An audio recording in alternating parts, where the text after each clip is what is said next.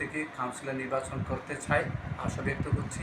যেহেতু আমি দীর্ঘ 17 বছর আন্দোলন সংগ্রামে ছিলাম, রাজপথে ছিলাম এবং নেতৃত্ব দিয়েছি।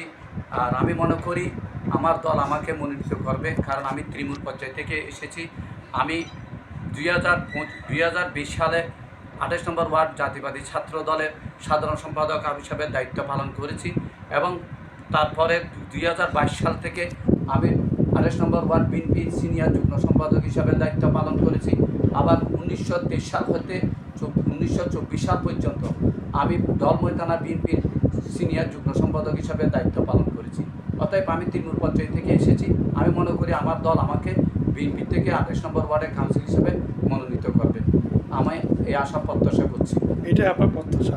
কিশোর গ্যাং যে চাঁদাবাজ যারা আছে, আসলে কিশোর গ্যাং এবং মাদক যেহেতু আমাদের দেশের মধ্যে এটা একটি বড় একটা মানে একটা বড় ধরনের একটা সমস্যা দেখা দিয়েছে।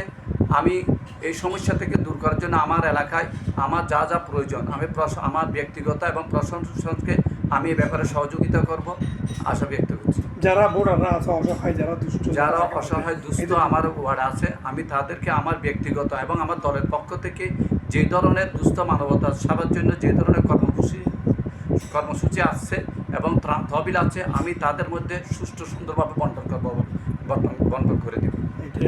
এটা আমার প্রত্যাশা।